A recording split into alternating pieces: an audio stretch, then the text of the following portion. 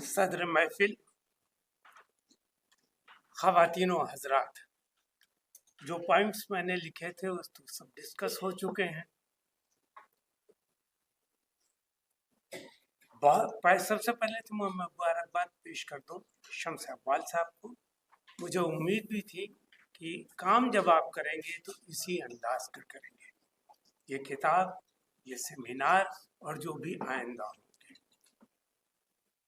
और हमेशा छोटा आदमी ही बड़े आदमी पर काम करता है। सगीर ने कबीर पे काम कर दिखाया, बहुत अच्छा। हिंदी और उर्दू की बात चल रही है, ऐसा लगता है कि सगीर हुसैन साहब हिंदी और उर्दू दोनों से वाकिफ है, पूरी तरह उसके रूह से वाकिफ है कि तर्जुमा करते वक्त किस तरह से काम लिया गया। किशोर कुमार साहब से मैं खुद मिला हूँ, बहुत बातें की हैं, और अब इस पर प्राउड भी महसूस करता हूँ कि वो जब अलीगढ़ तशरीफ लाते थे तो ख़ास दोस्त उनके थे प्रोफेसर सैलिश जैदी साहब, जैदी जाफ़र रज़ा साहब। उनके साथ बैठते थे और सख्त इख्तलाफ उन्हें था जनवादी लेखक संघ से, ख़ास तौर से के.पी. सिंह और के.पी. सिंह की पूरी टीम से। लेकिन जब अदबी गुफ्तगू होती थी, या जो हम जैसे लोग, सगीर जैसे लोग जो सीखते थे उनसे कि कभी भी किसी पहलू पर जब तक तहकीक ना हो उसे हम आगे ना बढ़ाएं। 80 के बाद से जो काम खास तौर से शुरू हुआ है, और वो डायमेंशन जब तब्दील हुए हैं कि सिर्फ हम तरक्की पसंद नुक्ते नज़र से ही देखें, तरक्की पसंद नुक्ते नज़र से भी खूब देखा गया और बहुत काम हुआ उनको, गरीबों के लिए, मजदूरों के लिए, किसानों के लिए, और ये काम कभी ख़त्म हो ही नहीं सकता है। लेकिन 80 के बाद जिस तरह से इन लोगों ने, जैदी जाफ़र रज़ा ने, प्रदीप जैन ने, मदन गोपाल ने, और ख़ास तौर से हमारे कमल किशोर ने काम किया है, वो ज़बरदस्त है। आपने ये कारनामा अंजाम दिया कि उसे बखूबी इस तरह से पेश कर दिया है कि एहसास होता है कि जैसे कमर रईस साहब को उनके उस्ताद मोहतरम सादिक साहब मौजूद हैं, मैं ज़रूर इस तरफ इशारा करूँगा कि कमर रईस साहब को उनके उस्ताद मोहतरम रशीद अहमद सिद्दीकी साहब ने कहा कि अब तुम हिंदी भी खूब पढ़ो, और हिंदी उन्होंने पढ़ी भी। इत्तेफाक ये कि प्रेमचंद पर जो काम हुआ है, बैनुल अक़वामी सतह पर जो कुछ हो रहा है, चाहे वो मिस्र में हो रहा हो, मॉरिशस वगैरह में तो बहुत हुआ है, जो कुछ काम हो रहा हो, अरबी के तनाजुर से जो काम भी हो रहा है, उसमें भी आखिर प्रेमचंद इतना बड़ा क्यों है? हिंदू है कि मुसलमान है कि उर्दू का है कि हिंदी का है, वो बहुत बड़ा राइटर है, बहुत बड़ा इंसान है, बहुत बड़ा हिंदुस्तानी है, जिसने हिंदुस्तान के कर्ब को सबसे पहले महसूस किया।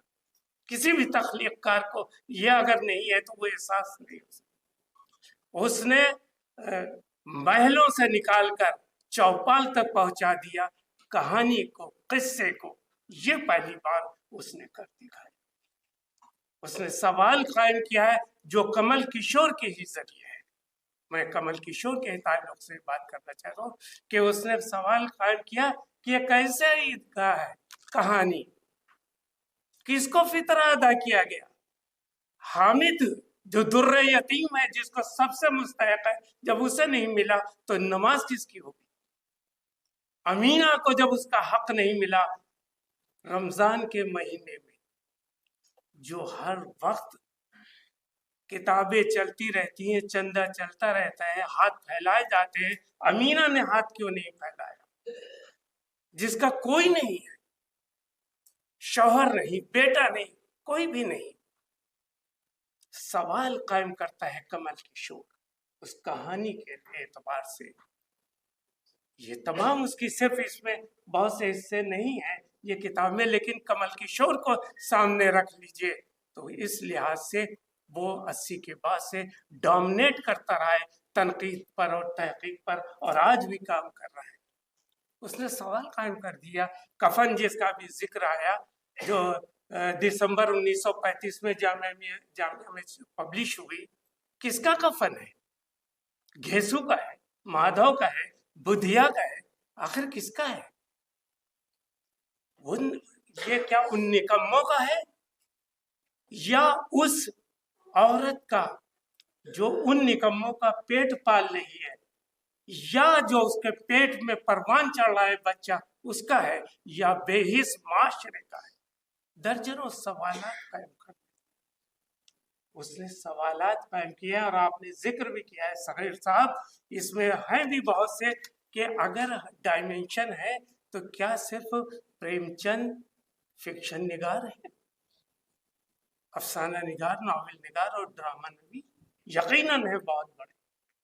कोई उनसे बड़ा अपने दौर से उर्दू का सबसे बड़ा पहला फिक्शन राइटर, सबसे बड़ा पहला फिक्शन राइटर, बड़ा कह रहा हूं, वरना उससे पहले 35 साल का अरसा नावल का है।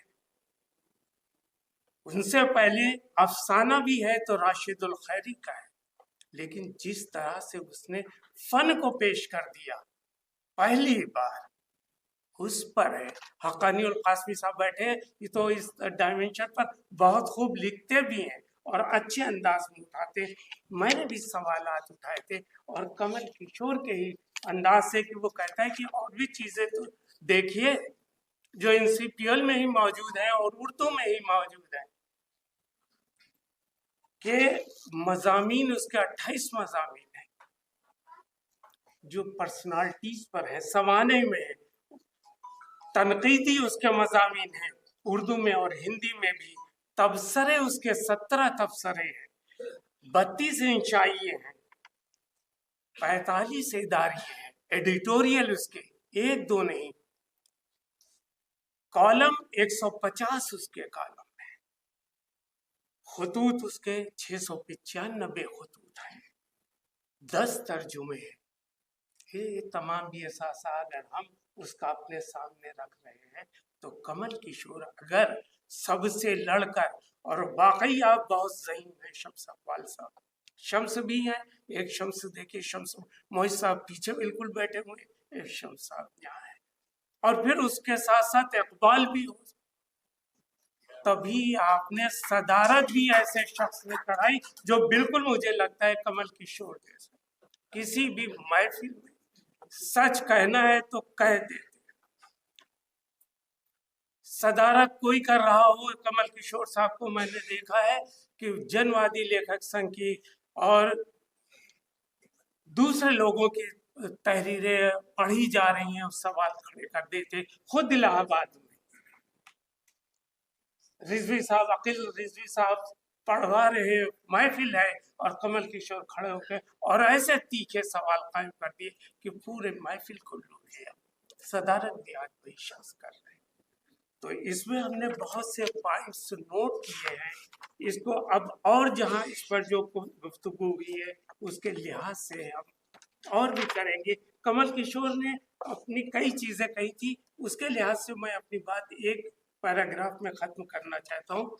मैं अपनी बात को हंस, ये कमल किशोर के ये सर साहब जानते होंगे, मैं अपनी बात को हंस दिसंबर 1933 में शाया होने वाले प्रेमचंद के मजमून जीवन और साहित्य में घृणा का स्थान पर खत्म करना चाहता हूँ, जिसके मुताले और जिस पर अमल की आज शदीद जरूरत है। और मुबारकबाद पेश करना चाहता हूँ कि हिंदी उर्दू के इस तरह की यकजा महफिल हो, मुश्तरका महफिल हो, जहाँ सवालात कायम होते रहे।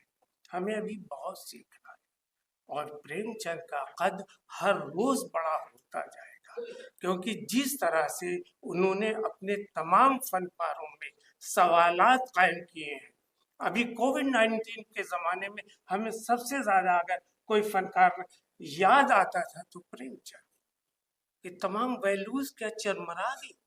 अगर ये कदर खत्म हो गई तो फिर माशरा क्या? एक बार फिर मैं मुबारकबाद पेश करता हूँ और सुनना चाहूँगा कमल किशोर साहब को सद्र की सूरत में कि किस तरह से वो है, और कुछ देखना भी चाहता हूँ कि क्या बात है, क्या शुक्रिया।